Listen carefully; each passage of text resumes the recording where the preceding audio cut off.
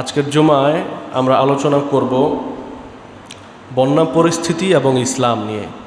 অতিবৃষ্টি, বন্যা এবং প্রাকৃতিক দুর্যোগ এর কারণ কি এবং এই সকল মুহূর্তে আমাদের কি করণীয় রয়েছে, এ বিষয়ে কোরআন এবং সুন্নাহ কি নির্দেশনা আমাদেরকে দিচ্ছে, এই ব্যাপারটি নিয়ে আমরা আলোচনা করব ইনশাআল্লাহ।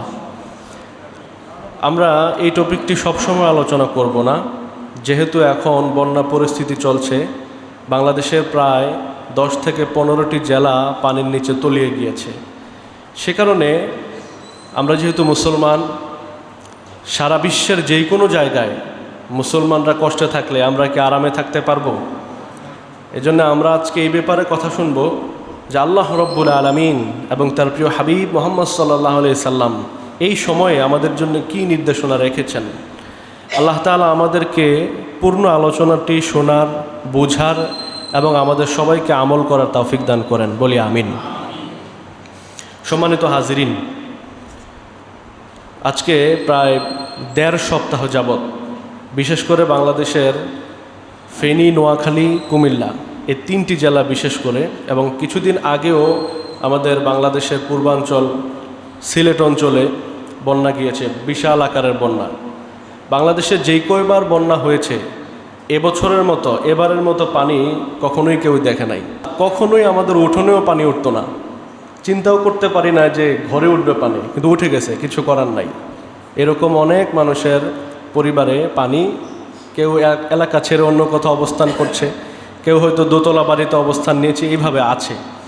এখন আমরা কি করতে পারি বা এই সমস্যাগুলো কেন হচ্ছে, এ বিষয়ে আল্লাহ পাক রব্বুল আলামিন পবিত্র কোরআনে সূরাতুল বাকারা সহ অন্যান্য সূরায় অনেক কিছু আয়াত আল্লাহ তাআলা নাজিল করেছেন। এ ধরনের বিপদ, প্রাকৃতিক দুর্যোগ, অতিবৃষ্টি, অনাবৃষ্টি, খরা, যাই বলেন, এগুলোর কারণ হচ্ছে 3টি। কয়টি কারণ? 3টি। 1 নম্বর কারণ হচ্ছে আল্লাহ রব্বুল আলামিন কখনো কখনো তার বান্দাদেরকে পরীক্ষায় ফেলেন। আপনি সুখে থাকলে তো আল্লাহর নাম জপেন, সুখে থাকলে তো আল্লাহর কথা বলেনি, কিন্তু যদি দুঃখে থাকেন, কষ্টে থাকেন, আপনার যদি সম্পদ হারিয়ে যায়, সন্তান হারিয়ে যায়, লোকসান হয়ে যায়, ব্যবসায় বিশাল আকারের লোকসান আসে, তখনও কি আপনি আল্লাহকেই রব বলে বিশ্বাস করেন? তখনও কি আপনি আল্লাহর কাছেই সাহায্য চান, নাকি অন্য কারো কাছে ধর্ণা দেন? এটা আল্লাহ তাআলা টেস্ট করেন। আল্লাহ তাআলার টেস্টের প্রয়োজন নাই, এরপরেও টেস্ট নেন, কারণ মানুষ অস্বীকারের জাতি।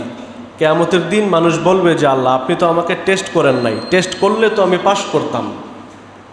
টিচার জানে কোন স্টুডেন্ট পাশ করবে কিংবা ফেল করবে, এটা পড়াইলেই বোঝা যায় কে পারে কে না পারে, কিন্তু তারপরেও টেস্ট নেয়, যাতে করে প্রশ্নকর্তার প্রতি, এক্সামিনারের প্রতি, এক্সামিনি পরীক্ষার্থীর কোনো অভিযোগ যেন না থাকে, ঠিক না? এই জন্য আল্লাহ পাক রব্বুল আলামিন আমাদের থেকে পরীক্ষা নিচ্ছেন। হতে পারে এটা সূরাতুল বাকারা 155-156 নম্বর আয়াতে আল্লাহ পাক রব্বুল আলামিন বলেন, وَلَنَبْلُوَنَّكُمْ بِشَيْءٍ مِّنَ الْخَوْفِ وَالْجُوعِ وَنَقْصٍ مِّنَ الْأَمْوَالِ وَالْأَنفُسِ وَالثَّمَرَاتِ। মুসলমান শোনো, যারা ঈমান এনেছো, যারা আমার প্রতি বিশ্বাস করো, আখিরাতের প্রতি বিশ্বাস করো, কান খুলে শোনো। তোমরা ঈমান এনেছো বললে আমি স্বীকার করে নিব না, আমি মেনে নিব না। ওয়ালানাবলুওয়ান্নাকুম, অবশ্যই আমি তোমাদেরকে পরীক্ষায় ফেলবো। কার কথা? আল্লাহ বললেন ঈমান এনেছো, এটা বললেই বাস খালাস না, তোমার জন্য পরীক্ষা আছে। এক এক সময় এক এক রকম পরীক্ষা, এক এক ব্যক্তির জন্য এক এক আইটেমের পরীক্ষা, সবার জন্য একরকম পরীক্ষা না। কাউকে আল্লাহ পাক রব্বুল আলামিন অসুস্থতা দিয়েছেন, সে অসুস্থতায় ভুগছে, তারপরও শুকরিয়া করছে কার? এটা তার জন্য পরীক্ষা। নবী আইয়ুব আলাইহিস সালামকে আল্লাহ তাআলা অসুস্থতা দিয়ে পরীক্ষায় ফেলেছিলেন। ইব্রাহিম আলাইহিস সালামকে নমরুদের মতো জালিম শাসক দ্বারা আল্লাহ তাআলা পরীক্ষা করেছিলেন। মুহাম্মদ সাল্লাল্লাহু আলাইহি সাল্লামকে আল্লাহ তাআলা নানান পরীক্ষা করেছিলেন। মূসা আলাইহিস সালামকে ফেরাউনের মতো লোক দিয়ে আল্লাহ তাআলা পরীক্ষায় ফেলেছিলেন। এইভাবে করে যারাই ঈমানওয়ালা কাজ করেছে, যারাই দ্বীনের কাজ করেছে, দ্বীনের দাওয়াতি কাজ করেছে, যুগে যুগে তাদের উপর অত্যাচার, নিপীড়ন, নির্যাতন আছে না নাই? এটা তাদের জন্য পরীক্ষা। আর আম জনতা যারা, তাদের জন্য আবার আরেক রকমের পরীক্ষা, আমি সামনে বলবো ইনশাআল্লাহ। তো আল্লাহ পাক রব্বুল আলামিন বললেন যে ঈমান এনেছি, এটা বললেই শেষ হয়ে যাবে না, বরং আমি এটার জন্য একটা টেস্ট নিব, একটা পরীক্ষা নিব। এই পরীক্ষায় পাশ করলে পরে ঢুকাই দিব আমার জান্নাতে। পড়েন সুবহানাল্লাহ। আল্লাহ রাব্বুল আলামিন বললেন, ওয়ালানাবলুওয়ান্নাকুম, অবশ্যই আমি পরীক্ষা নিব, বিশাইইম মিনাল খাউফি ওয়াল জু, তোমাদেরকে ভয় দেখিয়ে পরীক্ষা নিব, ওয়াল জুই, ক্ষুধার যন্ত্রণা দিয়ে পরীক্ষা নিব, ওয়ানাকাসিম মিনাল আমওয়াল, সম্পদ লোকসান করে ফেলবো, সম্পদ নষ্ট করে ফেলবো, ধ্বংস করে ফেলবো, এই দিয়ে আমি পরীক্ষা নিব, ওয়াল আনফুস, ছেলে মেয়ে, বাবা ভাই বোন, কাউকে আমি মেরে ফেলবো, তোমার অতি আপনজনকে দুনিয়ার থেকে আমি বিদায় করে দিব, তারপরেও দেখব তুমি আমাকেই রব বলছো নাকি। সুবহানাল্লাহ পড়েন। আমাদের কেউ যদি না থাকে, থাকবেন কে? আমরা কি আল্লাহকে সব সময় আল্লাহ মানি? সুখে কিংবা দুঃখে? আমরা সুখে কিংবা দুঃখে, ধনাঢ্যতায় কিংবা দারিদ্র অবস্থায় সব সময় রব মানি কাকে? আল্লাহকে। এই জন্য আল্লাহ বললেন, ওয়াল আনফুসি ওয়াস সামারাত, প্রাণহানি ঘটাবো, শস্য তোমার ফসলাদি আমি নষ্ট করে ফেলবো, এইগুলো দিয়ে তোমার আমি পরীক্ষা নিব। হাবিব, আপনি যারা এই পরীক্ষায় সবর করবে, ধৈর্য ধারণ করবে, ধৈর্য ধরে আমি আল্লাহর কাছে সাহায্য চাইবে, তাদের জন্য সুসংবাদ দেন। ওয়াবাশশিরিস সাবিরিন, যারা ধৈর্যশীল তাদেরকে সুসংবাদ দেন। এই সময় যারা হায় হুতাশ করবে না, তাদের জন্য সুসংবাদ, তাদের জন্য আমার জান্নাত। সুবহানাল্লাহ বিহামদি। তার মানে হলো আল্লাহ তাআলা মাঝে মাঝে এই দুনিয়াবাসীর উপর নানানভাবে তাদের প্রাণ কেড়ে নেবেন, ফসল কেড়ে নেবেন, ভূমি কেড়ে নেবেন, সম্পদ নষ্ট করে ফেলবেন। এটা ফেলবেন কি বান্দাকে কষ্ট দেওয়ার জন্য নাকি পরীক্ষা নেওয়ার জন্যে? যারা সবর করবে তারা এই পরীক্ষায় পাশ করবে। আর যারা বলবে আমার ফিশারির সমস্ত মাছ চলে গেল, আল্লাহ খালি আমারই দেখলো, আরেকজনের মাছগুলো তো ওইভাবে যায় নাই, আমার ঘরে পানি উঠলো, কই অমুকের ঘরটা তো ঠিক আছে, তার ঘরের তো কিছু হইল না, কোন পাপ জানি করছিলাম, এরকম বলে কি বলে না? যারা এই ধরনের কথাগুলো বলে তারা পরীক্ষায় পাশ নাকি ফেল? কথা বলেন, পাশ না ফেল?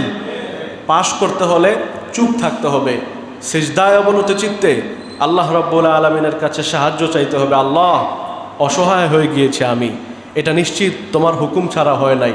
আল্লাহ, গুনাহ করে ফেলেছি, মাফ করে দাও। মাফ করে দিবেন কে? শুধু মাফই করবেন না, যতটুকু নষ্ট হয়েছে এটাকে দ্বিগুণের চেয়ে দ্বিগুণ দিয়ে আপনাকে আল্লাহ খুশি করে দিবেন। সুবহানাল্লাহ বিহামদি। কথা কার? আল্লাহ বলেন, ওমাইয়াত্তাকিল্লাহা ইয়াজআল লাহু মাখরাজা ওয়া ইয়ারযুকুহু মিন হাইসু লা ইয়াহতাসিব, আমার যেই বান্দা আমার তাকওয়া অবলম্বন করবে, আমাকে ভয় করবে, আমার নির্দেশনা, আমার সিদ্ধান্তের দ্বিমত পোষণ করবে না, ইয়াজআল লাহু মাখরাজান, আমি তার জন্যে বিপদ থেকে উত্তরণের উপায় বের করে দিব। শুধু তাই না, ওয়া ইয়ারযুকুহু মিন হাইসু লা ইয়াহতাসিব, এমন জায়গা থেকে তাকে রিজিক দিব, এত বেশি রিজিক দিব, সে রিজিক গণনাও শেষ করতে পারবে না, এর উৎস সম্পর্কে চিন্তাও করতে পারবে না। আল্লাহু আকবার। এই রিজিক আল্লাহ পাক রব্বুল আলামিন দান করবেন। তিনি রাজ্জাক, আপনার কল্পনা যেখানে শেষ, তার কাজ সেখানে শুরু। সুবহানাল্লাহ বিহামদি।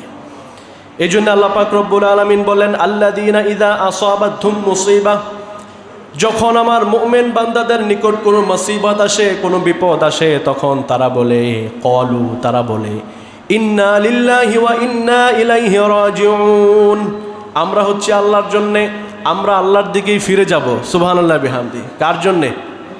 দুনিয়াতে লোকসান হলে কত পার্সেন্ট লোকসান হবে? আমি প্রায় সময় বলি, দুনিয়াটা হচ্ছে ক্ষণস্থায়ী নিম্নমানের, ক্ষণস্থায়ী নিম্নমানের, আর আখিরাত হচ্ছে চিরস্থায়ী উচ্চমানের। সুবহানাল্লাহ বিহামদি।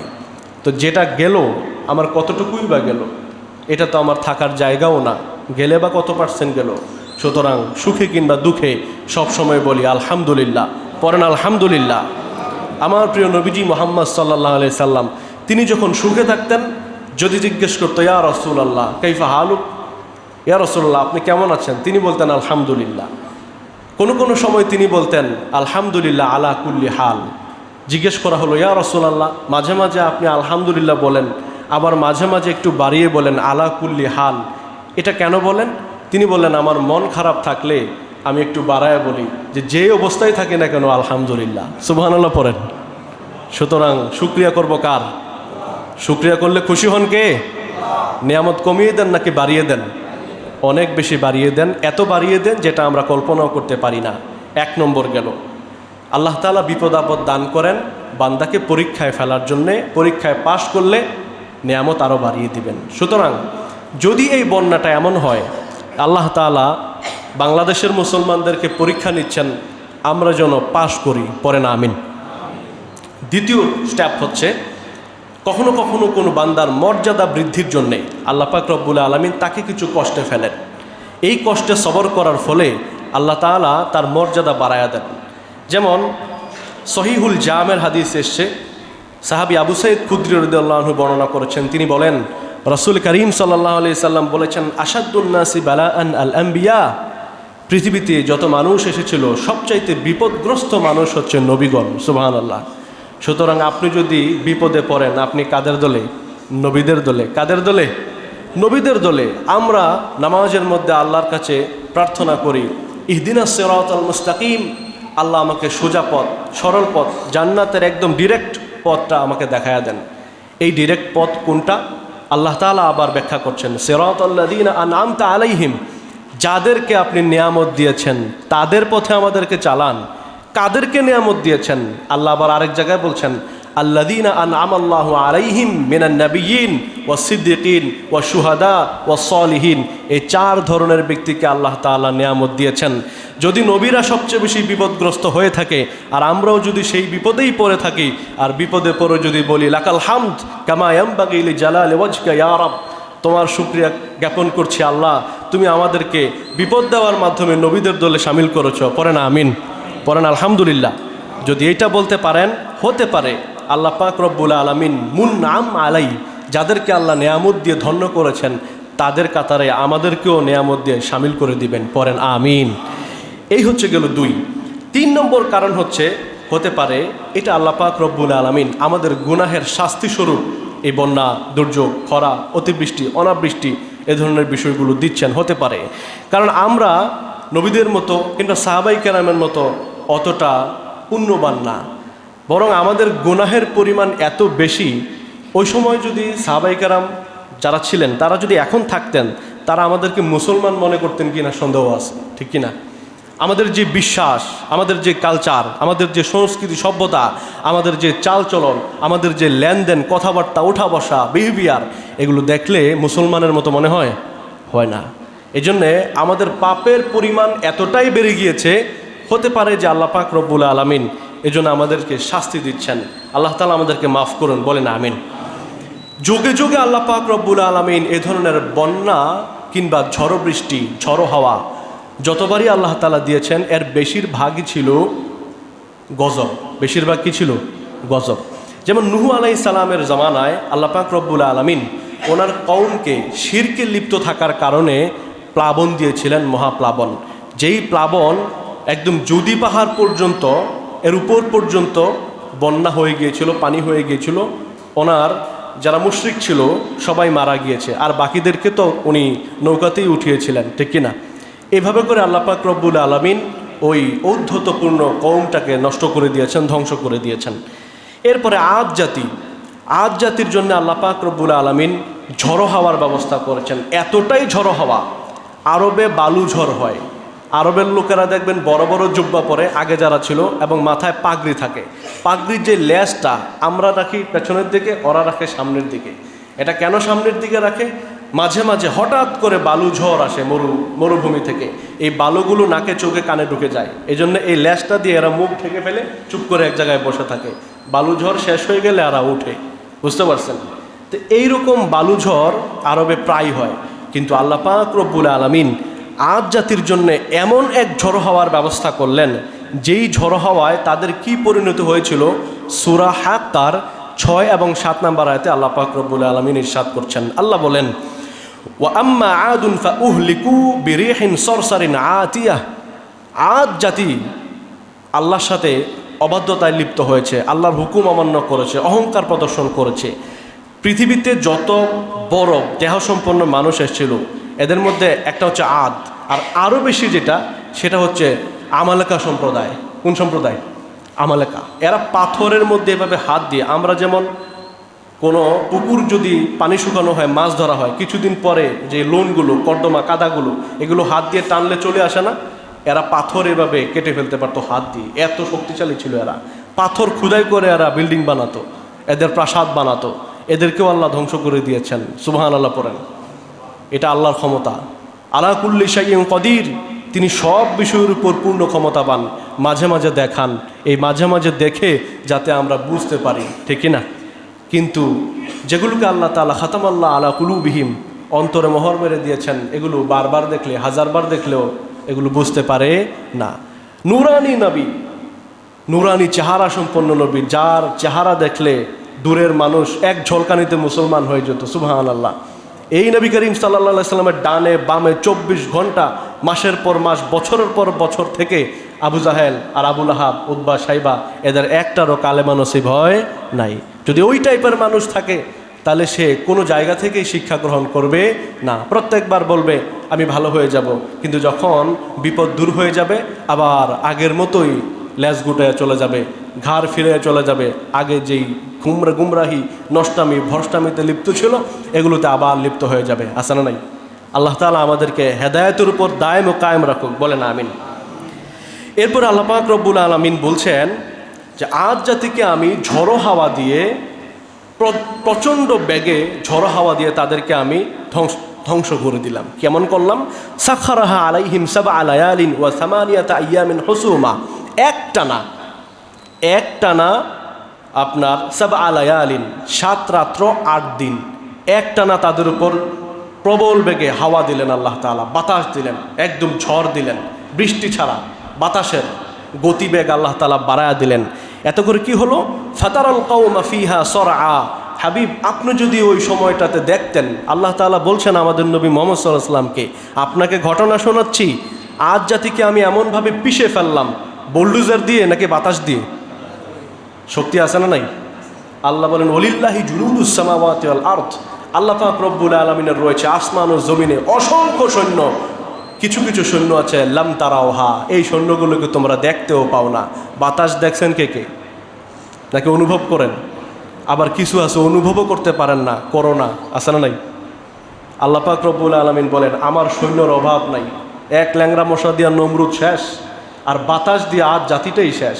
হাবিব আপনি যদি দেখতেন, আপনি তাদেরকে সেখানে দেখতেন আজাজু নাখলিন খাওয়িয়া, খেজুর গাছের যে ডালা, এগুলো যখন সজীবতা নষ্ট হয়ে যায়, নেতিয়ে পড়ে, একদম ডালাগুলো উপর থেকে খসে পড়ে মাটিতে যেইভাবে মাটির সাথে পিষে যায়, এই বাতাসের চোটে সবগুলো মানুষ এইভাবে জমিনের সাথে পিষে গিয়েছে। আল্লাহু আকবার। এইভাবে আমি আজ জাতিকে ধ্বংস করে ফেললাম। সালেহ আলাইহিস সালামের জাতিকে আল্লাহ পাক রব্বুল আলামিন বজ্রাঘাত এবং বিকট আওয়াজ দিয়ে ধ্বংস করে ফেললেন তাদের অবাধ্যতার কারণে। লূত আলাইহিস সালামের সম্প্রদায়কে আল্লাহ পাক রব্বুল আলামিন সমকামিতা এবং বেভিচার করার অপরাধে তাদের এই জমিনটাকে আল্লাহ তাআলা উল্টিয়ে আবার জায়গা মতো নিক্ষেপ করে দিলেন, যেখানে জর্ডানের ডেড সি হয়ে গিয়েছে এখন। শুআয়ব আলাইহিস সালামের কওমকে আল্লাহ পাক রব্বুল আলামিন অবাধ্যতার কারণে ভূমিকম্প এবং অতিবৃষ্টি দিয়ে ধ্বংস করে ফেললেন। মূসা আলাইহিস সালামের সময়ে ফেরাউনকে আল্লাহ পাক রব্বুল আলামিন লোহিত সাগরে ডুবিয়ে মারলেন। এইভাবে করে যুগে যুগে আল্লাহ পাক রব্বুল আলামিন অবাধ্য জাতিকে ছাড় দিতে দিতে শেষ পর্যন্ত আর ছাড়েন নাই, ধ্বংস করে দিয়েছেন। আল্লাহ তাআলা আমাদেরকে ওয়ার্নিং দিচ্ছেন, রেয়ার্ড ওয়ার্নিং। এরপরে কিন্তু আর ছাড় পাবা না। আমরা ছাড় শুধু পাই আর পাই। কার বরকতে পাই জানেন? মুহাম্মদ সাল্লাল্লাহু আলাইহি সাল্লাম দোয়া করেছেন, আল্লাহ আমার উম্মতকে আপনি বনী ইসরাইলের মতো শেষ করে দিয়েন না, একদম সময় দিয়েন, মরার আগ পর্যন্ত সময় দিয়েন। নবী করিম সাল্লাল্লাহু আলাইহি সাল্লাম বলে গিয়েছেন ইন্নাল্লাহা ইয়াকবালুত তাওবাতা মা লাম ইউগারগির, মৃত্যুর গড়গড়ি আসার আগ পর্যন্ত আল্লাহ তাআলা তাওবা কবুল করবেন। আলহামদুলিল্লাহ পড়েন। এই জন্যে আমাদেরকে আল্লাহ তাআলা ধ্বংস করছেন না, নয়তো আমরা কবেই আমার নামটাও থাকতো না, মুছে যেত পৃথিবী থেকে, যে পরিমাণ অপরাধ আমরা করে চলছি। আল্লাহ তাআলা আমাদেরকে হেদায়েত দান করি, আমিন। সূরাতুল আরাফে আল্লাহ তাআলা বলছেন ওয়া বালাওনাহুম বিল হাসানাতি ওয়াস সাইয়্যাত, আমি তাদেরকে ভালো দিয়েও পরীক্ষা করব, খারাপ দিয়েও পরীক্ষা করব। মানুষ বলে না আল্লাহ তাআলা ধন দিয়ে মন যাচাই করে, আছে না? আল্লাহ তাআলা কাউকে একদম দরিদ্র সীমার নিম্ন শ্রেণী থেকে উপরে উঠিয়ে তাকে অনেক বড় কোটিপতি, শিল্পপতি বানায় দেয়, আছে না নাই? আমাদের সমাজে এমন মানুষ আছে যারা 3 বেলা খাইতে পারতো না, এখন তাদের এত সম্পদ, এত অর্থ, এত বিত্তশালী তারা, আমরা কল্পনাও করতে পারি না। আবার এমনও আছে একটা সময় তারা জমিদার ছিল, এই জমিদারের নাতিপুতিরা এখন তারা নিজেরা ভাত কাপড় খেয়ে চলতে পারে না, আছে না নাই? সব বিক্রি করতে করতে শেষ। তো সেই আল্লাহ তাআলা কাউকে গরিব থেকে ধনী বানায় দেন, কাউকে ধনী থেকে আবার গরিব বানায় দেন। আল্লাহ বলেন আমি ভালো দিয়েও পরীক্ষা করব, খারাপ দিয়েও পরীক্ষা করব, খারাপদেরকে ভালো দিয়ে পরীক্ষা করব। দুঃখের সময় তো আমারে খুব জপতা, আল্লাহ দেও না দেও না, দেওয়ার পরে দেখি এখন আমাকে মনে রেখেছো কিনা। এভাবে আল্লাহ তাআলা পরীক্ষা নেন তাদের। আর যারা ভালো থাকা অবস্থা আল্লাহকে ডাকতো, খারাপ থাকলে তখন ডাকে কিনা, নাকি আল্লাহ তাআলাকে গালিগালাজ শুরু করে দেয়, আল্লাহর বিরুদ্ধে অভিযোগ শুরু করে দেয়, এটা আল্লাহ তাআলা দেখেন। সূরাতুশ শূরায় আল্লাহ পাক রব্বুল আলামিন বলছেন ওয়ামা আসাবাকুম মিন মুসিবাতিন ফাবিমা কাসাবাত আইদিকুম ওয়া ইয়াফু আন কাসীর। আল্লাহ বললেন তোমাদের যত মুসিবত রয়েছে সবগুলো তোমাদের হাতের কামাই, সবগুলো তোমাদের হাতের কামাই, তোমাদের পাপের ফল। ওয়া ইয়াফু আন কাসীর, আর আল্লাহ তো অনেক গুনাহ এমনি মাফ করে দেন। সুবহানাল্লাহ, আল্লাহ এমনি অনেক গুনাহ মাফ করে দেন। এরপরে যা থাকে এগুলোর কিঞ্চিত শাস্তি হচ্ছে এই সমস্ত বন্যা, খরা, দুর্যোগ, এ ধরনের প্রাকৃতিক দুর্যোগ, এগুলো হচ্ছে আমাদের জন্য ছোট ছোট শাস্তি। এরপর আল্লাহ পাক রব্বুল আলামিন সূরাতুর রুমের 41 নম্বর আয়াতে বলেন যহারাল ফাসাদু ফিল বাররি ওয়াল বাহর, জলে এবং স্থলে যত বিপর্যয় তোমরা দেখছো, বিমা কাসাবাত আইদিন নাস, এগুলো তোমাদের হাতের কামাই। লিয়াযুকাহুম বা'দাল্লাযী আমিলু, যারা অপরাধগুলো করেছে তারা যেন এর শাস্তি আস্বাদন করতে পারে। লাআল্লাহুম ইয়ারজিউন, আশা করা যায় এই শাস্তি দেখে তারা আমার দিকে ফিরে আসবে, তারা দিন কবুল করবে, দিনের উপর দায়েম কায়েম থাকবে, আর গুনাহে লিপ্ত হবে না। তার মানে এই যে বন্যা বলেন, যাই বলেন, সিডর বলেন, টর্নেডো বলেন, হারিকেন, আয়লা, নার্গিস, যত কিছু এসেছে এ পর্যন্ত, এক একটা ওয়ার্নিং কার পক্ষ থেকে, এক একটা মেসেজ আল্লাহ তাআলা আমাদের কাছে পাঠাচ্ছেন যে শোনো গোলাম, মুহাম্মদ সাল্লাল্লাহু আলাইহি ওয়াসাল্লামের উম্মত বিদায় ছাড় পাচ্ছ, নয়তো ওই আইলার সময়ে তুমি আইল পার হয়ে যাইতে, আর তোমাকে আর পাওয়া যাইতো না। তোমরা ইস্তেগফার করেছ, তোমাদের দোয়া আমি কবুল করেছি, কিন্তু বনি ইসরাইল হলে কিন্তু এতদিন টিকতাম না। এই মেসেজগুলো আমাদেরকে গ্রহণ করতে হবে, এখান থেকে শিক্ষা গ্রহণ করতে হবে। গুনাহ যা যা করি লিস্ট করে এগুলোর থেকে আমাকে মুক্ত হতে হবে। আমরা বাজারে গেলে লিস্ট করে যাই না, যাই কি না? আমরা মসজিদে আসার সময় লিস্ট করে আসব যে আমি কি কি গুনায় আপাতত এখন লিপ্ত আছি। আমি আপনাদেরকে এখন কয়েকটা কথা বলবো, আপনারা মিলাবেন, পারবেন তো ইনশাআল্লাহ? ঘুমাইতেছেন কেউ? সজাগ আছেন? তাইলে আমার কথা শুনেন, আপনি আপনার সাথে মিলান। 1 নম্বর, আমি কি 5 ওয়াক্ত নামাজ মসজিদে জামাতের সাথে আদায় করি নাকি করি না? কয় ওয়াক্ত আদায় করি, কয় ওয়াক্ত করি না, মিলান। কত ওয়াক্ত আমার ডান সাইডে পড়েছি আর কত ওয়াক্ত পড়ি নাই, 1 নম্বর গেল। 2 নম্বর, আমি কি ফরজ পর্দা নাকি নফল পর্দা? ফরজ পর্দা, যে 14 জনের সাথে কথা বলা জায়েজ, বাকিদের সাথে অনর্থক কথা বলা, দেখা দেওয়া জায়েজ নাই, আমি কি এটা মেনটেন করি নাকি করি না? গুরুত্ব দিচ্ছি নাকি দিচ্ছি না? 2। 3 নম্বর, আমি কি আমার ইনকাম কি হালাল? আমি যা টাকা ইনকাম করি এগুলো কি হালাল? 100% হালাল পথে ইনকাম করছি কিনা, 100% হালাল পথেই আবার ব্যয় করছি কিনা? প্রশ্ন করেন নিজেকে। 1 নম্বর, নামাজ ঠিক আছে কিনা? 2 নম্বর, পর্দা ঠিক আছে কিনা? 3 নম্বর, আমার ইনকাম ঠিক আছে কিনা? 4 নম্বর, আমি মানুষের গীবত করি কিনা? গীবত যেখানে হয় সেখানে বসে থাকি কিনা? তাদের সাথে আমি আবার সহযোগিতা করি কিনা, রিপ্লাই দেই কিনা? আমি মানুষকে ট্রল করি কিনা? মানুষের পেছনে লেগে থাকি কিনা? আমার ভিতরে অহংকার কত % আছে? আমার ভিতরে লোভ আছে কিনা? আমার ভিতরে হিংসা আছে কিনা? এগুলো একটু মাপেন, আমিও মাপি, আপনিও মাপেন। এরপরেই দেখবেন আমি কত % মুসলমান, কত % গায়রে মুসলমান, এটা একদম ক্লিয়ার হয়ে যাবে। শুধু আপনারা কেন, একটা আলেম ওলামাও যদি হয়, একদম পাক্কা আলেম, তাকে আপনি 4টা জিনিস দিয়ে টেস্ট করবেন। কয়টা জিনিস? যাকেই পাবেন টেস্ট কয়টা? 4টা। ওই হুজুরের খোঁজ নেবেন, এই হুজুর মসজিদে তো ঠিকই নামাজ পড়ে, যখন নিজের এলাকায় যায় বা যেখানে থাকে সেখানের আশেপাশে মসজিদে খোঁজ নিতে হবে উনি এই এলাকায় থাকলে মসজিদে আসে কিনা। 2 নম্বর কথা হচ্ছে এই হুজুরের ইনকাম ঠিক আছে কিনা। 3 নম্বর কথা হচ্ছে এই হুজুর শরীর পর্দা করে কিনা। 4 নম্বর, হুজুর গীবত মুক্ত থাকে কিনা। 5 নম্বর, যদি বাবা মা বেঁচে থাকে বাবা মায়ের সাথে তার আচরণ কেমন। কথা বুঝতে পারছেন? আর লাগবে না, এ পর্যন্তই থাকেন না, দেখেন আপনি আর আমি টিকি কিনা। যদি না টিকি তাহলে বুঝতে হবে আমি নামেই মুসলমান, কাজে আসলে আমি এখনও মুসলমান হতে পারি নাই। ইসলামের আরও কত সাইড আছে ওগুলো বাদ দিলাম, এই 5টাই তো টিকি না, বাকিগুলোর কী অবস্থা হবে? এজন্য একটু চিন্তা করেন, একটু ফিকির করেন। শুধুমাত্র জুমার নামাজ আদায় করলাম আর চলে গেলাম, আর বয়ান শুনলাম, ভালো লাগলে লাগলো, না লাগলে নাই, গেলাম গা। এটাই আমাদের জীবনের উদ্দেশ্য না। ইনস্ট্যান্ট যে কোনো সময় আমি মারা যেতে পারি, আপনি মারা যেতে পারেন। আমার মতো কত যুবক, আমার চেয়ে আরও কত কিশোর, শিশু, নাবালেগ ছেলে মারা যায়, বৃদ্ধ ব্যক্তি মারা যায়, বয়স নাই, কোনো কিচ্ছু নাই, কোনো রোগ হওয়া লাগে না, হঠাৎ করে পড়ে আমি আপনি যে কোনো সময় মারা যেতে পারি। তো কবে ঠিক হব, কবে আমি সংশোধন করব নিজেকে? মহাপ্রলয় না তো বিশ্বে হবে। আমার জীবন যেদিন শেষ হয়ে যাবে, ওদিন তো আমার জীবনের প্রলয় ঘটে যাবে, ওদিন তো আমার জীবনের কিয়ামত শুরু হয়ে যাবে। সেদিন কি আমি ত্রাণ পাবো? সেদিন কি কেউ আমাকে হেল্প করতে আসবে? কেউ কি বলবে তোমার মুখে কালেমা আসছে না, দাও তোমার পক্ষ থেকে আমি বলে দিলাম? হবে? হবে না। এজন্য সাবধান। আমাকে এই অন্তত 5টা সাইড কখনো যেন গ্যাপ না হয়, কখনোই যেন গ্যাপ না হয়। বাবা মা এটা ডেঞ্জারাস, আবার সেন্সিটিভ জিনিস। আপনি তাদের মনে কষ্ট দিয়ে বেশি দিন টিকতে পারবেন না। এই জন্য বেশি দিন কি, আল্লাহ তা আপনি মারা গেলে তো শেষ। এই জন্য তারা অনেক সময় শুধু শুধু কষ্ট পাবে, এটা স্বাভাবিক, আমরাও বুঝি। মুরব্বীরা একটু বয়স হয়ে গেলে অনেক সময় ওনারা উল্টাপাল্টা বলে বা সোজা জিনিস বুঝতে চায় না, তাদের সাথে তর্কে জড়ানো যাবে না।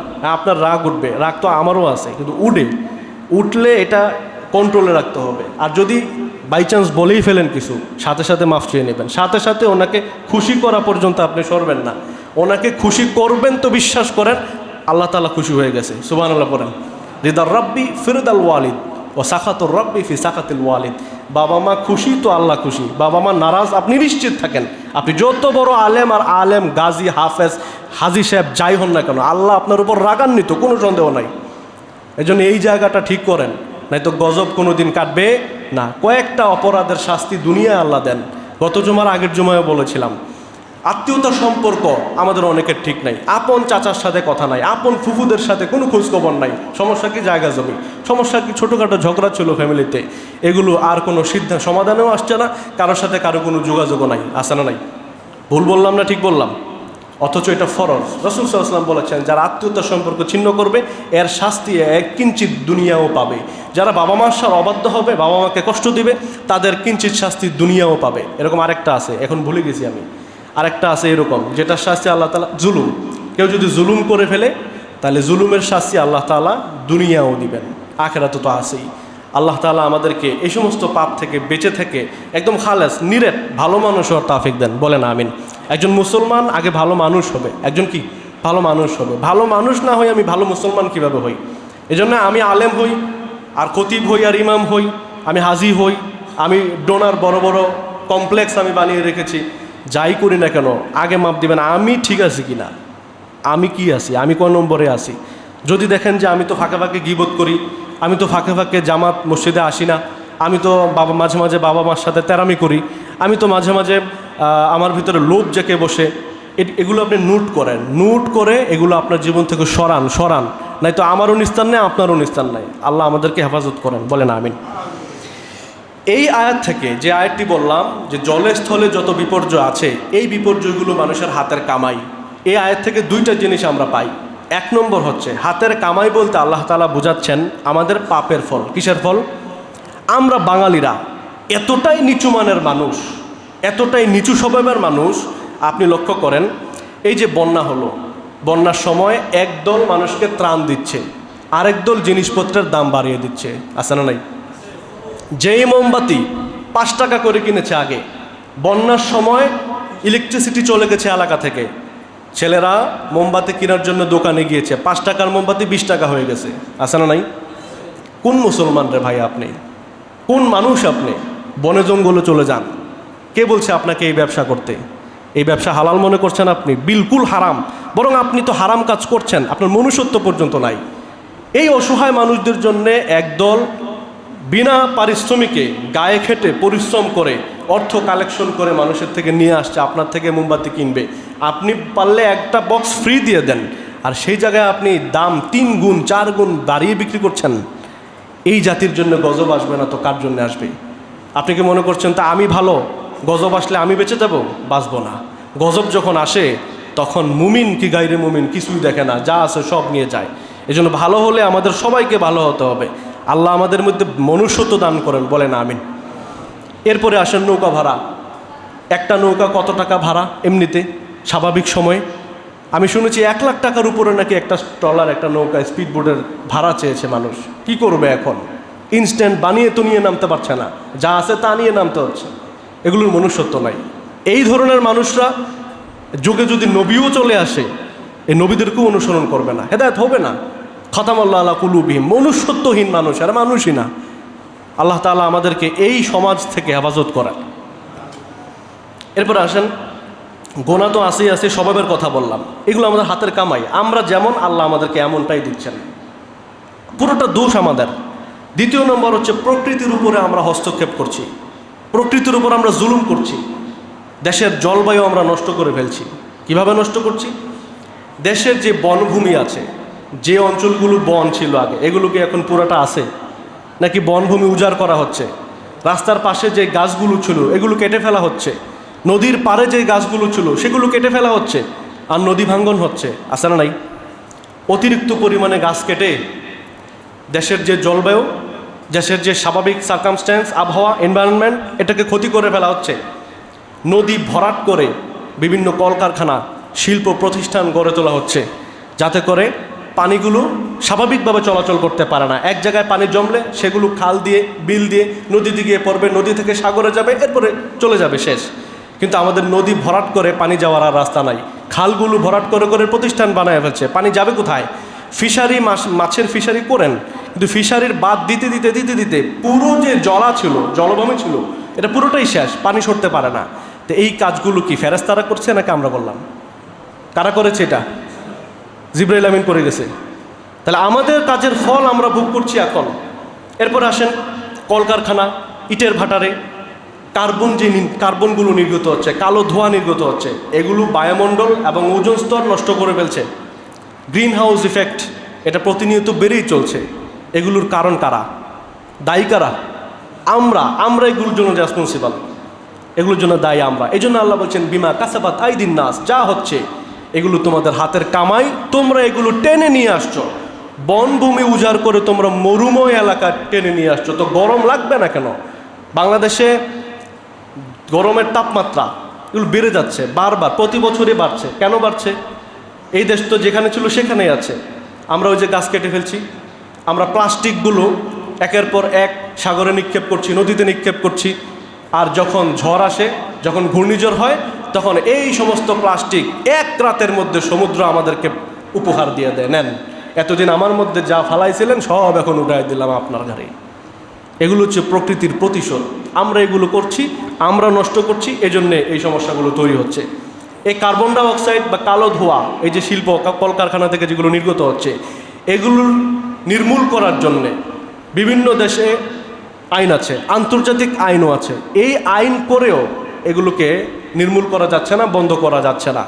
কারণ আইন করে আপনি সব কিছু করতে পারবেন না। তো আপনার মাথায় যদি এটা না ঢুকে, আপনার ভিতরে যদি কাজ না করে যে আমি তো ব্যবসা করছি, কিন্তু বিশ্বের জনগণের, মানুষের এই যে যত জীব জানোয়ার আছে সবগুলোর ক্ষতি করে ফেলছি।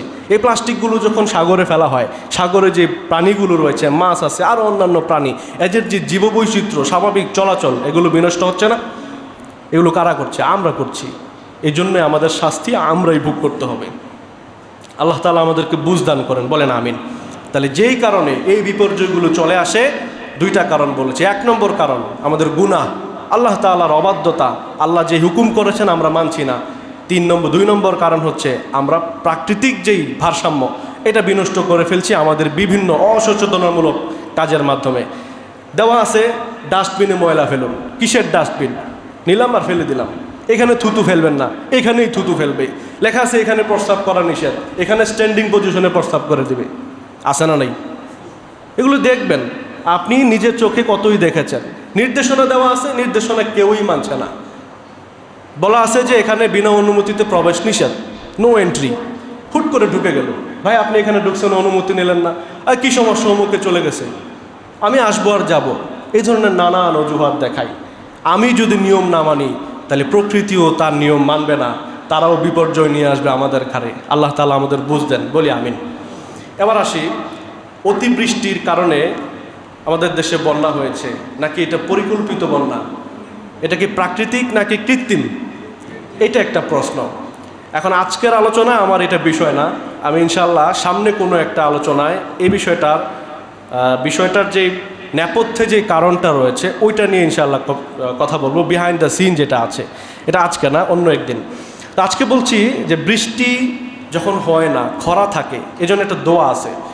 আমি লম্বা হাদিস, বুখারীর 1013 নম্বর হাদিস, সাহাবী আনাস ইবনে মালিক রাদিয়াল্লাহু আনহু বর্ণনা করেছেন, রাসূল করিম সাল্লাল্লাহু আলাইহি সাল্লাম জুমার নামাজে বয়ান দিচ্ছিলেন। ঠিক এরকম রাসূল সাল্লাল্লাহু আলাইহি সাল্লাম মসজিদে বয়ান করছেন, লোকেরা শুনছে, খুতবা দিচ্ছেন। তা আমরা তো বাংলায় একটা দিই, বসে বসে পরে দাঁড়িয়ে দিই। রাসূল ইসলাম তো দাঁড়িয়েই যেটা দিতেন ওইটাই। তো ওখানে এক সাহাবী আসলেন, এসে বলেন, ইয়া রাসূলুল্লাহ, মাঠ ঘাটগুলো একদম ফেটে চৌচির হয়ে গিয়েছে, খা খা করছে জমিন, কোথাও কোনো বৃষ্টি নাই। আমাদের যে বাছুরগুলো রয়েছে, ভেড়াগুলো রয়েছে, দুম্বা রয়েছে, বকরিগুলো রয়েছে, এগুলো না খেয়ে একদম শুকিয়ে গিয়েছে। ইয়া রাসূলুল্লাহ, একটু বৃষ্টির জন্য দোয়া করেন। রাসূল করিম সাল্লাল্লাহু আলাইহি সাল্লাম জুমার দিনে বৃষ্টির জন্য দোয়া করলেন, আল্লাহুম্মা স্কিনা, আল্লাহুম্মা স্কিনা, আল্লাহুম্মা স্কিনা। আল্লাহ আমাদেরকে আপনি ভিজিয়ে দেন, আমাদেরকে একটু পানি পান করায়া দেন, আমিন। পড়েন আমিন। রাসূল সাল্লাল্লাহু আলাইহি সাল্লাম দোয়া করলেন। সাথে সাথে সাহাবী বললেন, আমি বাহিরে গিয়েই দেখলাম আকাশে কালো ঘন মেঘ দেখা যাচ্ছে, মুহূর্তের মধ্যে বৃষ্টি শুরু হয়ে গেল। সুবহানাল্লাহ বিহামদি। আমরাও কিন্তু বৃষ্টির দোয়া করি, কাজ হয় না।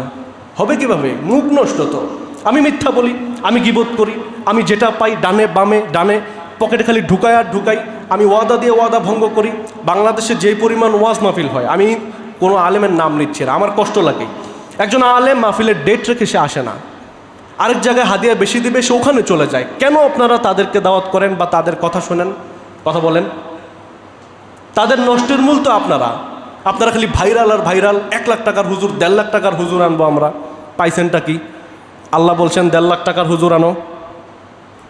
এই হুজুর আপনার সাথে দিনের, আমি নাম বলতে পারি, এখন বললাম না আর কি, বলবো না, এটা আরেকটা গীবত হয়ে যাবে, দরকার নেই আমার। 3 বার ওনাকে দাওয়াত করা হয়েছে, উনি 3 বারের থেকে 2 বার মিস করছে। আরেকবার আসছে, এসে যেই টাকা কন্ট্যাক্ট করেছিল 50,000, এইটা 30,000 টাকা স্টেজে ওঠার আগে ওনাকে দিতে হবে, বাকিটা পরে।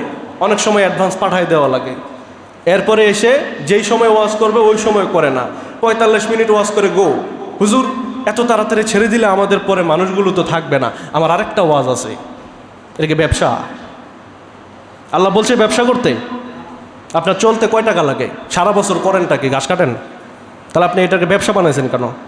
আল্লাহ বলছেন, ইত্তাবিউ মান লা ইয়াসআলুকুম আজরা, তাদের অনুসরণ করেন যারা আপনার কাছে এর বিনিময়ে কোনো প্রতিদান চায় না। হ্যাঁ, গাড়ি ভাড়া চাইতে পারে, অনেকে আছে যে অনেক দূর দূরান্তে যায়, প্রত্যেক দিন আসা যাওয়া করে, গাড়ি ভাড়া বাবদ আমার ভাই এত টাকা, আমার গাড়ি ভাড়া, আমার সাথে যারা যায় তাদের এই খরচ, আপনি এটা ম্যান্ডেটরি দিতে হবে। এরপরে ইল্লা মাশাআল্লাহ, আপনি দিলে দিলেন, না দিলে নাই, ইল্লা আলা রব্বিল আলামিন, আল্লাহ যা দিবেন তাই। এইটা হবে দায়ীদের বৈশিষ্ট্য। কিন্তু আপনারা এগুলো দেখেন না, যাচাই করেন না, হুটহাট খালি দাওয়াত দেন আর ওয়াজ শুনেন, লাভ হবে কি? কোনো কাজ হবে না। ওনারও পরিবর্তন নাই, আপনারও পরিবর্তন নাই। গুজার গিয়ে ভাই গুজার গিয়ে চালিয়ে চলুক। আল্লাহ তাআলা এই তামাশাগুলো দেখছেন আর শাস্তি দিবেন, আমরাও পার পাবো না। আল্লাহ আমাদেরকে হেফাজত করেন, বলি আমিন। এই জন্য আমরা বৃষ্টির প্রার্থনা করলে কাজ হয় না। জায়গায় জায়গায় বৃষ্টির প্রার্থনা চলতেছে, আর ভিডিও চলতেছে, শো আপ চলতেছে, বৃষ্টি প্রার্থনা হচ্ছে, বৃষ্টি কিন্তু হচ্ছে না। এরপরে হুট করে এমনি একদিন বৃষ্টি চলে আসছে, হুজুরের দোয়া লেগে গেছে গা। জি না, জি না, এটা আল্লাহ তাআলার দয়া, আল্লাহ তাআলা নাজিল করেছেন। হয়তোবা ইস্তেগফার চালু করে দিয়েছেন, এজন্য হয়েছে। ইস্তেগফার করলে বৃষ্টি আসে, 1 নম্বর আমল ইস্তেগফার। যদি বৃষ্টি না আসে, আপনার রিজিকে সমস্যা, আপনার নানান ঝামেলায় আপনি আছেন, কোনো আমল জানেন না, শুধু পড়বেন আস্তাগফিরুল্লাহ। কি পড়বেন? পড়তেই থাকেন, পড়তেই থাকবেন, দেখবেন কিছুদিনের মধ্যে আপনার জন্য মহা সুসংবাদ চলে আসবে। আলহামদুলিল্লাহ, এটা একবারে পরীক্ষিত। এটা রাসূল করিম সাল্লাল্লাহু আলাইহি ওয়াসাল্লাম বলেছেন, নূহ আলাইহিস সালাম তার জাতিকে বলেছেন, ফাকুলতু ইস্তাগফিরু রাব্বাকুম ইন্নাহু কানা গফারা ইউরসিলিস সামাআ আলাইকুম মিদরারা ওয়া ইউমদিদকুম বিআমওয়ালি ওয়া বানিন ওয়া ইয়াজআল লাকুম জান্নাতি ওয়া ইয়াজআল লাকুম আনহারা। এখানে সব আছে। তিনি বলছেন খালি ইস্তেগফার করো, সব দিয়ে দেব। সুবহানাল্লাহ। ইস্তেগফার করলে কি পাওয়া যায়? যা চাইবেন তাই পাওয়া যায়। শেষ, এক কথায় শেষ। আপনার জীবনে যা প্রয়োজন সব আল্লাহ দিয়ে দিবেন। এরপরে আসেন বৃষ্টি বন্ধের দোয়া। আমরা জানি বৃষ্টি কি দোয়া বললে বন্ধ হবে, এটা অনেকেই জানে না। অথচ এই হাদিসেই শেষ অংশে এই কথাটি রয়েছে। হাদিস নাম্বার বুখারী 1013। এই সাহাবী আবার বৃষ্টিতে শুরু হয়েছে রাসূল সাল্লাল্লাহু আলাইহি ওয়াসাল্লাম দোয়া করার পরে, এই বৃষ্টি তো আর থামে না। এবার রাস্তাঘাট বন্ধ হয়ে গিয়েছে, সাহাবী আবার দৌড়ে আসলেন। পরের জুমার দিনে 1 সপ্তাহ টানা বৃষ্টি ছিল। এই হাদিস আছে, পরের জুমায় সাহাবী এসে বলেন, ইয়া রাসূলুল্লাহ, দোয়া তো করছেন, কিন্তু এবার তো রাস্তা বন্ধ হয়ে গিয়েছে, এখন আমরা কি করব? বৃষ্টি বন্ধ হওয়ার দোয়া করেন। রাসূল ইসলাম ফারাফা আর রাসূল সাল্লাল্লাহু আলাইহি সাল্লাম ইয়াদাই, রাসূল ইসলাম দুহাত আল্লাহর কাছে উঠালেন আর বললেন, আল্লাহুম্মা হাওয়ালাইনা ওয়ালা আলাইনা, আল্লাহ বৃষ্টি আমাদের সাইডে দেন, আমাদের উপরে ফেলায়েন না। পরে না আমি, এটা হচ্ছে বৃষ্টি বন্ধের দোয়া, ছোট্ট করে আল্লাহুম্মা হাওয়ালাইনা ওয়ালা আলাইনা। পড়েন তো, আল্লাহুম্মা হাওয়ালাইনা ওয়ালা আলাইনা। এরপরে বলেন আল্লাহুম্মা আলাল আকাম ওয়াল জিবাল ওয়াল আরজাম ওয়াল জিরাব ওয়াল আউদিয়া, আল্লাহ পাহাড়ে ফালান, সাগরে ফালান, সাইডে উপত্যকায় ফালান, জমিনে ফালান, যেখানে গাছগুলো রয়েছে, যেখানে গবাদি পশু রয়েছে, এদের জন্য তৃণলতা সজীব হওয়া দরকার, তৃণলতা ওঠা দরকার, ওখানে ফালান। আমাদের ঘরে, আমাদের ঘরে বাড়িতে উঠানে ফালায়েন না আল্লাহ। পরে না আমিন। এই দোয়া রাসূল সাল্লাল্লাহু আলাইহি ওয়াসাল্লাম পড়লেন, আর সাহাবী বললেন খারাজনা, মসজিদ থেকে বের হলাম, নামছি, হাঁটছি, ফিস শামস, উপরে একদম টাটকা সূর্যটা আছে, সুবহানাল্লাহ বিহামদি, মেঘমালার কিচ্ছু নাই, সরে গেছে। রাসূল সাল্লাল্লাহু আলাইহি ওয়াসাল্লাম দোয়া করলেন, রাসূল সাল্লাল্লাহু আলাইহি ওয়াসাল্লামের সাহাবীরা অসংখ্য নজির রয়েছে, দোয়া করেছেন তো কবুল, চেয়েছেন তো আল্লাহ কবুল করে নিয়েছেন, কিন্তু আমরা চাইলে সময় লাগে অথবা হয়ই না। কেন হয় না? এটা আমাদের কারণে। যে আল্লাহ আগে ছিলেন সেই আল্লাহ এখনও আছেন, আল্লাহ যে ওয়াদা আগে দিয়েছিলেন সেই ওয়াদা আল্লাহ এখনও নিয়ে বসে আছেন। তো আমরা আমাদের ওয়াদা পালন করছি না, আমরা বলি একটা, করি আর একটা, এজন্য আমাদের জীবনে বিপর্যয় আর বিপর্যয়। আল্লাহ আমাদের বুঝ দেন, বলি আমিন। এবার আসেন, যদি বৃষ্টি চলমান থাকে তাহলে কি দোয়া করবেন? এতক্ষণ বলেছি বৃষ্টি আসার দোয়া, বৃষ্টি বন্ধের দোয়া, বৃষ্টি চলছে মনে করেন, এখন কি দোয়া পড়বেন? এখন যে দোয়াটি পড়বেন সহিহ বুখারী 1032 নম্বর হাদিস, মিশকাতুল মাসাবি 1500 নম্বর হাদিস।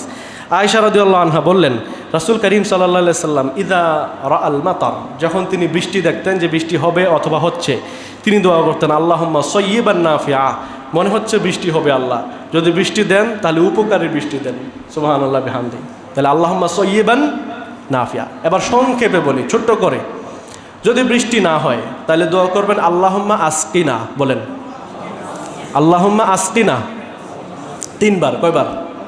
আল্লাহুম্মা, মোনাজাতে বলবেন আল্লাহুম্মা আসকিনা, আল্লাহুম্মা আসকিনা, আল্লাহুম্মা আসকিনা। বৃষ্টি বন্ধ হয় না, দোয়া করবেন আল্লাহুম্মা হাওয়ালাইনা ওয়ালা আলাইনা, আল্লাহুম্মা হাওয়ালাইনা ওয়ালা আলাইনা। এবার বৃষ্টি হচ্ছে, দোয়া করবেন আল্লাহুম্মা সাইয়্যিবান নাফিআ। পড়েন তো, আল্লাহুম্মা সাইয়্যিবান নাফিআ। এগুলো সুন্নাহ আমল, বিশ্ব থেকে, দেশ থেকে হারিয়ে গিয়েছে, আর পাওয়া যায় না। মেসওয়াক করেন, এটা সবাই জানে সুন্নাত, এটা দামি একটা সুন্নাত, কিন্তু আরও অনেক সুন্নত রয়েছে ফাঁকে ফাঁকে, এগুলো আমাদের জানাও নাই।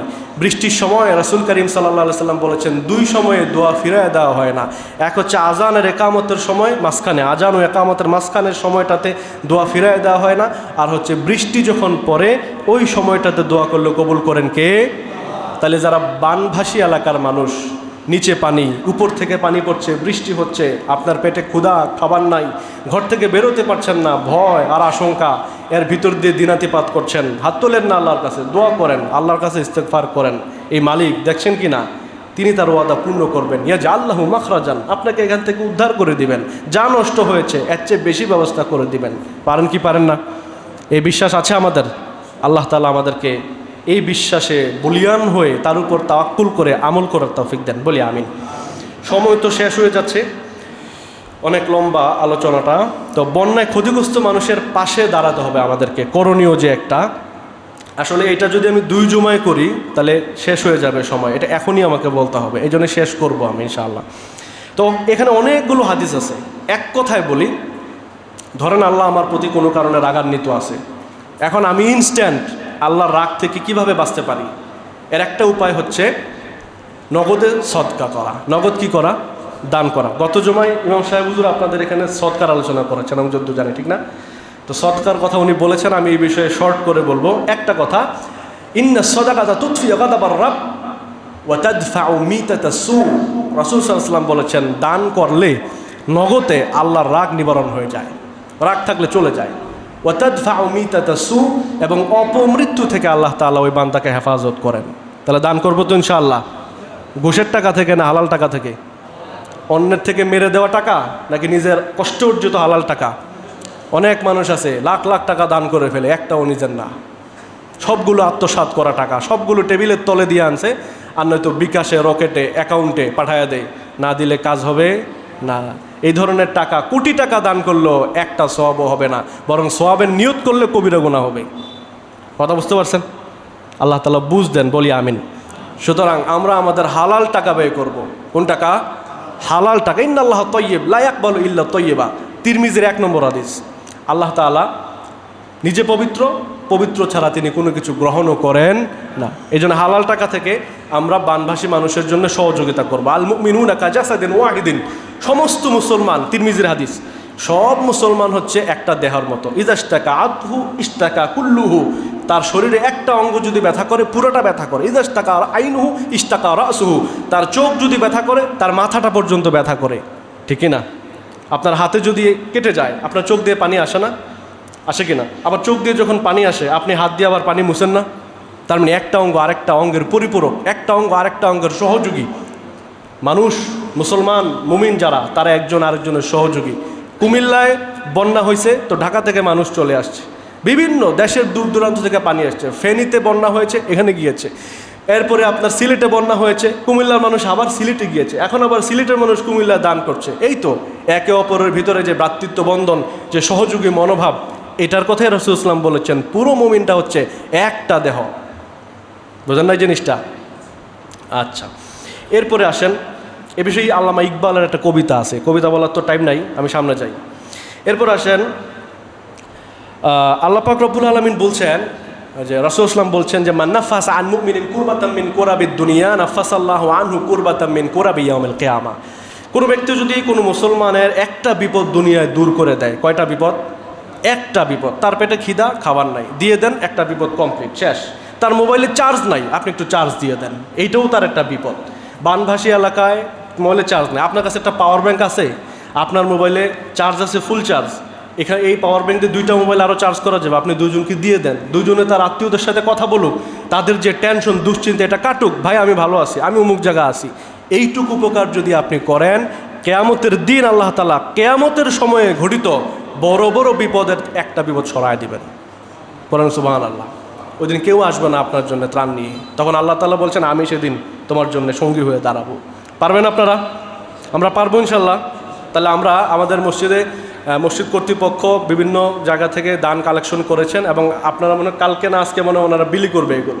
তো আজকে আমরা বিকালবেলা ইনশাআল্লাহ বা জুমার পরে ওনাদের কাছে কিছু দিব, এটা যেন তারা দান করতে পারে, আমরা যেন দানে শরিক হইতে পারি। যাদের ঘর নষ্ট হয়ে গিয়েছে, বাড়িঘর ছুটে পড়েছে, যেগুলো মাটির ভিটা ছিল কিংবা টিন কাঠকুয়ারি ঘর ছিল, এগুলো তো শেষ হয়ে গেছে, তাদের জন্য লাগবে। যারা দিনে আনে দিনে খায়, কাজ করতে পারে না, আর যারা আমরা মাস শেষে বেতন পাই, সমস্যা নাই। তো সুতরাং এই শ্রেণী যারা, তাদের জন্য লাগবে, প্রতিনিয়তই লাগছে, এজন্য আমরা দান করবো। আল্লাহ তাআলা তৌফিক দেন, বলি আমিন। এরপরে আসেন, বানভাসী মানুষের জন্য কারা কাজ করছে, আসলে কোন শ্রেণীটা। আমি একটু সময় নিই আজকে, নাকি একটু 5টা মিনিট সময় নেই। যে সমস্ত ছেলেরা, যুবক ভাইরা কাজ করছে, তাদেরকে আমি অ্যাপ্রিসিয়েট করি, খুব ভালো লেগেছে।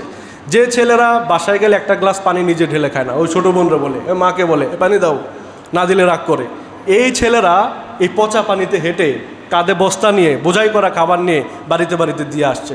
নিজে এক গ্লাস পানি কিন্তু আগে খাইতো না। বাসায় যদি বলতো যা একটু বাজারে যা, 4 জনে 3 জনে মিললেও যাইতো না। যে সমস্ত ছেলেরা মেসে থাকে, মেসে বাজারের লিস্ট আসে না, মাসে 2 দিন ছিলেন, মেসে ছিলেন, সবাই তো ছিলেন যারা পড়াশোনা করছেন, মাসে 2 দিন বাজারে ডেট আসে, ডেটটা আসলে আর ভালো লাগে না, এখন বাজারে যাওয়া লাগবো, তুই যা, আমি পরের সপ্তাহে যাব, তোর দিন আমি যাব, তুই আজকে যা, এরকম গড়িমসি করতো। এই ছেলেরা কর্মঠ হয়ে গিয়েছে, এলিট শ্রেণী, কখনো তো পুকুরেই নামে না এরা, আর এরা এই পচা পানি দিয়ে এই রাস্তাঘাট পুকুরের পার দিয়ে খাল বিল দিয়ে চলে যাচ্ছে, বোতলের পর বোতল দড়ি দিয়ে টেনে নিয়ে মানুষের কাছে পৌঁছায় দিচ্ছে। এটা একটা বিশাল কাজ না? বড় একটা মেসেজ। আল্লাহ তাআলা এই যুবক ভাইদেরকে কবুল করেন, পড়ি আমিন। যেভাবে দেশের সেবা করছে, এইভাবে ইসলামের সেবা করারও তৌফিক দেন, বলি আমিন। এবার আসেন, আমার এই ভাইদের কিছু ভুল ত্রুটিও আছে, আবার সবাই না, কিছু আমি এগুলো বলি, না বললে বলবে কে? বলা দরকার না? আপনারা কষ্ট পাবেন না, যাদের মধ্যে এটা আছে সংশোধন হবেন। 1 নম্বর, কেউ কেউ আছে যে এটা আসলে সে একটা শখ হিসাবে নিয়েছে, খেদমত হিসাবে না। যাওয়ার সময় একটা ক্যামেরা নেয়, অথবা আইফোন কিংবা দামি একটা স্যামসাংয়ের ভালো লেটেস্ট মডেল S24 আলট্রা নিয়ে যাবে, গিয়ে সে এখানে শো আপ করবে যে আমি দিচ্ছি, অমুকে দিচ্ছি, তমুকে দিচ্ছি, 2 দিন ধরে কাজ করতেছি, হ্যান ত্যান বলবে। আবার লাইফ জ্যাকেট পরবে, হাঁটু পানি হচ্ছে হাঁটু সমান, লাইফ জ্যাকেট হচ্ছে এখানে। কেন ভাই এটা তুমি ওখানে পড়ে গেলা? তুমি হাঁটু পানিতে ডুবে মরবা? তো এইটা হচ্ছে অনেকে করে, তবে যাদের প্রয়োজন তারা নেবেন। এইটা কিনতেও তো পয়সা লাগছে নাকি? 500 টাকা 600 টাকা রেগুলার প্রাইস, এখন এটা 1500 টাকা পর্যন্ত ওনাকে বিক্রি হয়েছে লাইফ জ্যাকেট যেটা। তো এইটা না কিনে যদি তুমি মুড়ি কিনতা আধা বস্তা, তুমি যদি খেজুর কিনতা বা তুমি চিরা কিনতা, শুকনা খাবার কিনে দিতা, ভালো হতো না? আমি দেখেছি বলে বলতেছি, আমার কাছে মনে হচ্ছে লাইফ জ্যাকেটটা এখানে দরকার নাই, কিন্তু সে পরে আছে। কেন পরে আছে? যে বোঝা যাবে যে আমি একজন কর্মী, আমি এখানে কাজ করতেছি। আল্লাহ তাআলা মনের খবর জানেন। তো আমার কাছে যেটা মনে হয়েছে সেটা বললাম। যদি কারো প্রয়োজন হয় পরবেন, আর যদি প্রয়োজন না হয়, যে মনে হচ্ছে হাঁটু পানি, এখানে তো পরার দরকার নাই। আমরা যারা ওখানে ছিলাম আসার পর থেকে লাইফ জ্যাকেট লাগছিল, লাগে না। আচ্ছা যদি লাগে তো বললাম পরবেন, না লাগলে আপনার মনের খবর আল্লাহ জানেন, আপনি আল্লাহর সাথে কন্ট্যাক্ট করবেন। যদি না লাগার পরেও আপনি লাগান এই নিয়তে যে মানুষ ভাববে যে আমি একজন কর্মী, তাহলে কিন্তু ভাই শেষ, এখানেই শেষ, আপনার খেদমত আর কবুল হবে না। যদি এরকম কোনো প্রবলেম থাকে আল্লাহ তাআলা আমাদেরকে এখান থেকে সরার তৌফিক দেন। বন্যা কবলিত এলাকা, এটাকে অনেকে ভিজিটিং স্পট বানায় দিয়েছে। আমি যখন আসার পথে দেখছি যে মেয়েরা এই যে একদম পার্লার থেকে সেজে আসছে, সাজগুজ দেখলেই তো বোঝা যায় কোত্থেকে সাজা, এটা পার্লার থেকে সেজে আসছে। এখানে ক্যামেরা আছে, মোবাইল আছে, স্ট্যান্ড আছে, এই স্ট্যান্ড পিক আপের মধ্যে উঠে মানে মনে হয় ওরা পিকনিকে যাচ্ছে। ওখানে গিয়ে ত্রাণ দিবে ধরেন 30-40 ব্যাগ, আর এখানে শোডাউনটা হবে সেই আকারে একটা। এরপরে এটা ব্লগিং করবে, ওখানে ব্লগ করে এটা আপলোড দিবে। এটা যদি হয় ভাই আমাদের অবস্থা, তাহলে গজব আরও জোরে আসবে, গজব শেষ হবে না। আল্লাহ আমাদেরকে এখান থেকে সাবধান থাকার তৌফিক দেন। আমাদের বাংলাদেশের জামাত ইসলামের আমির ডক্টর শফিকুর রহমান, উনি এই কথাটা জোরে সুরে বলেছেন, আপনি আমাকে ভিডিও করার দরকার নাই, ভিডিও সরান, ক্যামেরা সরান, আমরা আল্লাহর জন্য দিচ্ছি। এই সংগঠনটি এবং যে আরেকটা সংগঠন, ছাত্র সংগঠন আছে, ওনারা আমি দেখছি যে কেউ ভিডিও করে ফেলে, কিন্তু বেশিরভাগ দানগুলোই ভিডিও করা হচ্ছে না। এগুলো দেখছেন কে? আল্লাহ। এইভাবে যারাই করছেন সবাইকে আমি অ্যাপ্রিসিয়েট করছি। আপনারা ভিডিও করা ছাড়া দান করেন। ফেনীতে এক বৃদ্ধ ব্যক্তিকে দেখলাম ভিডিওতে, যে ওনাকে ত্রাণ দেওয়ার জন্য একজন ক্যামেরা নিয়ে আসছে, যে চাচা আসেন দেন। চাচা বলতেছে ভাই আমার ত্রাণ লাগবে না, তুমি যা, আমি জানি না তুমি কেমন, তবে আমি আল্লাহ তাআলা আমাকে অনেক টাকার মালিক বানিয়েছেন। আমার মাঠের পর মাঠ, আমার ফিশারি আছে, আমার মুরগির খামার আছে, ব্যবসা বাণিজ্য আছে, জাস্ট এগুলো এখন শেষ হয়ে গিয়েছে, ইনস্ট্যান্ট আমি ফকির হয়ে গিয়েছি, এই জন্য আমি নিচ্ছি। হতে পারে যে আল্লাহ তাআলা পানি শেষ হয়ে গেলে আমাকে আবার আগের জায়গায় নিবেন, কিন্তু এই ভিডিও তো বাবা থেকে যাবে। তোমরা যে ভিডিও করে আমাকে দেখাই দিলা, আমি এখন ত্রাণ নিতে পারবো না। কেন? একজন যারা সম্মানী মানুষ, আনজিলিন নাস কাদরা মানাজিলিহিম, ব্যক্তির সম্মান অনুযায়ী তাকে অবস্থান রাখতে হবে। যে কোনোদিন মানুষের কাছে হাত পাতে না, বরং সে জাকাত দিত, লাখের পর লাখ টাকা জাকাত দিত, সে এখন ত্রাণের জন্য তোমার সামনে তুমি ভিডিও করে বলতেছো দিলাম। এগুলো কেন? এগুলো করার দরকার নাই। এটা না করলে কি সওয়াব নষ্ট হয়ে যাবে? অনেকে বলে যে আমরা মানুষকে অ্যাপ্রিসিয়েট করছি, আমরা মানুষকে আরও উৎসাহিত করছি। উৎসাহিত করার ধরন আছে ভাই, ওটা সিস্টেম আছে। এইভাবে না, একজনকে অপমান করে না, ঠিক আছে? আল্লাহ তাআলা আমাদেরকে বুঝদান করেন, বলেন আমিন। আপনি ত্রাণ দিচ্ছেন, কারাগারি হচ্ছে, এটাও দেখছি আমি, যে কারাগারি করতেছে, খাচ্ছে না তো পাচ্ছে না, তো কারাগারি তো করবেই।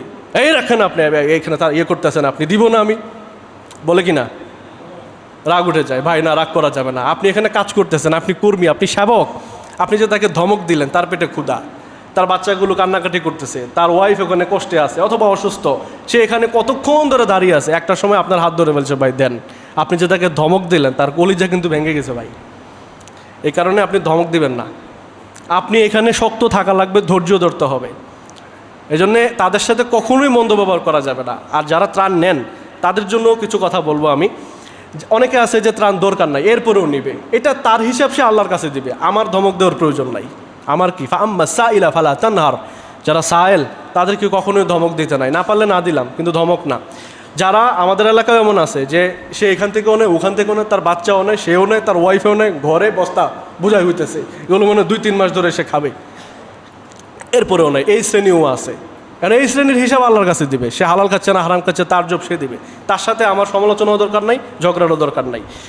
এবার আসেন, অনেকে জাকাতের টাকা নিয়ে নেন ত্রাণের ক্ষেত্রে, ত্রাণে তো ত্রাণ যে আপনি দিচ্ছেন, জাকাতের টাকাও যদি এখানে নিয়ে নেন, এলাকায় কিছু শ্রেণী আছে যাদের আসলে দরকার নাই, দোতলা বাড়ি আছে, তার ঘরে খাবার আছে, ফ্রিজে একদম মাংস মাছ গুস্ত সবই আছে, চাল আছে, গ্যাসের সিলিন্ডার আছে, পানি তো মাটির চুলায় পানি আর কি, উপরে তো সিলিন্ডার ইউজ করতে পারে, তার দরকার নাই। কিন্তু আপনি যখন ত্রাণ নিয়ে যান, তখন সে বলবে ভাই আমাকে একটা দাও, ভাই আমাকে একটা পানির বোতল দাও, তো আমাকে একটা ওইটা দাও, তো ওইটা দাও, তো সে নিয়ে নিচ্ছে। তো জাকাতের টাকা কিন্তু সঠিক খাতে যাচ্ছে না। এই জন্য জাকাতের টাকা যদি এই ক্ষেত্রে আপনারা নেন, এটা আলাদা করে সতর্ক থাকবেন। এটা শুধু তাদের হাতেই দিবেন যারা আপনি নিশ্চিত যে তাকে দেওয়া যায়, সে জাকাত খাওয়ার উপযুক্ত, এমনিতেই তাকে দিতে পারবেন। এটা একটু সেন্সিটিভ জিনিস, খেয়াল রাখবেন। ত্রাণ যারা গ্রহণ করে, এখানে ত্রাণ গ্রহীতা মনে হয় নাই, যদি না থাকে কেউ থাকলে জানাই দিবেন। খুব বেশি প্রয়োজন না হলে ত্রাণ নেওয়া যাবে না। আমি হাত পাতবো তখন যখন আমার আর চলে না, আর তো কিয়ামতের দিন গালে মাংস থাকবে না ভাই। হাদিস, রাসূল ইসলাম বলছেন যার প্রয়োজন নাই এরপরেও সে হাত পাতে, তার গালে মাংস থাকবে না কিয়ামতের দিন, শুধু কঙ্কালটা থাকবে। এরপরে আসেন, ত্রাণ যারা বন্টন করতে যায় তাদের সাথেও আমার সুন্দর আচরণ করতে হবে। আমি যে এখানে কষ্টে আছি, আর যারা এত দূর থেকে ত্রাণ নিয়ে কষ্ট করে পিকআপে করে, ভ্যানে করে, নৌকায় করে, কাঁধে করে আমার কাছ পর্যন্ত নিয়ে আসলো, তাদের কি কষ্ট হয় নাই? তো তাদের মেন্টালিটি এটা আমার লক্ষ্য রাখতে হবে, যে তারা রোদের ভিতর দিয়ে আসছে, পানিতে ভিজে আসছে, আমিও যেন তাদের সাথে একটু সুন্দর ব্যবহার করি, না পাইলে একটু অপেক্ষা করে আর একটু ধৈর্য ধরি, খারাপ ব্যবহার যেন না করি। খাবার অপচয় না করা, আমি যা পাইলাম আবার তো আরেক দল আসবে, একটু পরে ডাকবে, লাগবে তো খাইলে খা, ফালাইলে ফালাই দে, অপচয় করতে থাকে আর খাইতে থাকে। পাইলাম সরকার কা মাল দরিয়ামে ঢাল, এ ধরনের করা যাবে না। আল্লাহ তাআলা আমাদেরকে বুঝ দেন, বলি আমিন। লাস্ট কথা, এখন যারা দান করতেছেন, সদকা করতেছেন, খাবার দাবার দেওয়া হচ্ছে, যারা অসুস্থ তাদেরকে মেডিকেল টিম যাচ্ছে জায়গায় জায়গায়, তারা চিকিৎসার জন্য ওষুধপত্র দিচ্ছে, স্যালাইন দিচ্ছে। কিন্তু আমার কথা হচ্ছে, যখন পানিটা চলে যাবে, পানিটা যখন টান দিবে, তখন দেখবেন অনেক মানুষ চর্মরোগে আক্রান্ত হয়ে গিয়েছে, অনেক মানুষ ডায়রিয়া, ডিসেন্ট্রি, আমাশয়ে ভুগছে, অনেক শিশু বাচ্চা অসুস্থ হয়ে পড়ছে। তাদের জন্য একটা ব্যবস্থা আমাদের থাকতে হবে। যারা দান করছেন কিছু অংশ রেখে দেন, অথবা আরেকবার দানের জন্য মানুষের কাছে যান, আমরা সবাই কন্ট্রিবিউট করি, যাতে তাদের পুনর্বাসন করা যায়। যাদের ঘরবাড়ি নষ্ট হয়ে গিয়েছে, যাদের আসবাবপত্র একেবারেই শেষ হয়ে গিয়েছে, তাদের ঘরটা তো গোছানো লাগবে। এই বন্যায় না হলেও মিনিমাম একটা ফ্যামিলিতে 50,000 টাকার ক্ষয়ক্ষতি হয়েছে, একদম মিনিমাম। তো এই ব্যবস্থাটা যেন আমরা চিন্তা করি, যে আমরা পানি চলে গেলে পরে তাদের জন্য পুনর্বাসনের জন্য একটা ব্যবস্থা করব। এখানে 3টা ধাপ আমার কাছে মনে হয়, আপনারা আপনাদের মাথায়, আপনাদের কাছে আরও পরামর্শ থাকবে, এগুলো আপনারা যারা খেদমত করছে, যে টিমগুলো কাজ করছে তাদেরকে বলবেন। এক হচ্ছে তাদের বাসস্থান, ঘর বাড়িতে যে ক্ষতিটা হয়েছে, এটা যেন আমরা একটু ফিল আপ করতে পারি। 2 নম্বর হচ্ছে তাদের আসবাবপত্রগুলো, যেগুলো নষ্ট হয়ে গিয়ে আর ইউজ করতে পারবে না, একদম শেষ, এগুলো আবার কিনতে হবে, তারা এমনিতেই টাকা নাই, গরিব মানুষ, তাকে আমরা এগুলো কিনে দিতে পারি। এরপরে হলো যারা অসুস্থ হবে তাদের চিকিৎসার জন্যে চিকিৎসা খরচ বাবদ কিছু দিতে পারি। এরপর আরও থাকলে আপনারা এটা চেষ্টা করবেন ইনশাআল্লাহ। তাহলে শুরু থেকে আমি সামারিটা বলি। শুরুতে বলেছিলাম যে আল্লাহ পাক রব্বুল আলামিন আযাব দিয়ে থাকেন 3টা কারণে। একটা হচ্ছে টেস্ট করার জন্যে, আরেকটা হচ্ছে মর্যাদা বৃদ্ধির জন্যে, আরেকটা হচ্ছে শাস্তি দেওয়ার জন্যে। আর শাস্তিটা কেন দেন? এটা আমাদের হাতের কামাই, আমরা নিজেরাই এটা অর্জন করে নিয়েছি। কয়ভাবে? 2 ভাবে। এক হচ্ছে পাপাচার, আল্লাহর বিধান লঙ্ঘন করার মাধ্যমে, আর একটা হচ্ছে প্রকৃতির উপরে জুলুম করার মাধ্যমে, প্রকৃতির ভারসাম্য, জলবায়ু এগুলো নষ্ট করার মাধ্যমে আমরা এই বিপর্যয়গুলো টেনে নিয়ে আসছি। তো এখন আমরা কি করব?